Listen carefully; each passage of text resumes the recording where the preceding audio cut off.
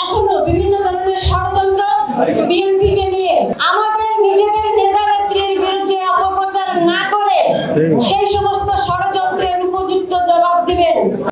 আজকে আমরা ফ্যাসিবাদ মুক্ত হতে হয়েছি, কিন্তু আমরা দেখছি এখনো বিভিন্ন ধরনের ষড়যন্ত্র বিএনপিকে নিয়ে এবং বিভিন্ন দলের রাজনৈতিক বিভিন্ন কূটকৌশল করে আজকে যখন বিএনপি সর্ববৃহৎ সর্বজনপ্রিয় দল হিসাবে মানুষের কাছে গ্রহণযোগ্য একটি দল হিসাবে যখন ভোটের নির্বাচনে অংশ নিতে যাচ্ছে, তখনই তার বিরুদ্ধে ষড়যন্ত্র হয়েছে। বিএনপিকে থামাবার জন্য বিভিন্ন ধরনের অপপ্রচার শুরু হয়েছে। টানা সপ্তমবারের মতো বেস্ট টিস্যু পেপার ব্র্যান্ড হিসেবে স্বীকৃতি পেয়েছে বসুন্ধরা টিস্যু।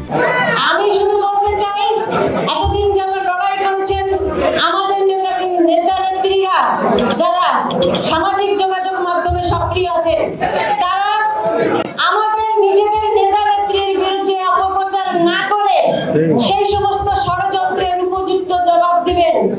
ইনশাআল্লাহ আমরা একতাবদ্ধ থাকলে সব ষড়যন্ত্র মোকাবেলা করে আমরা অবশ্যই গণতান্ত্রিক বিজয়ের পথে যাব।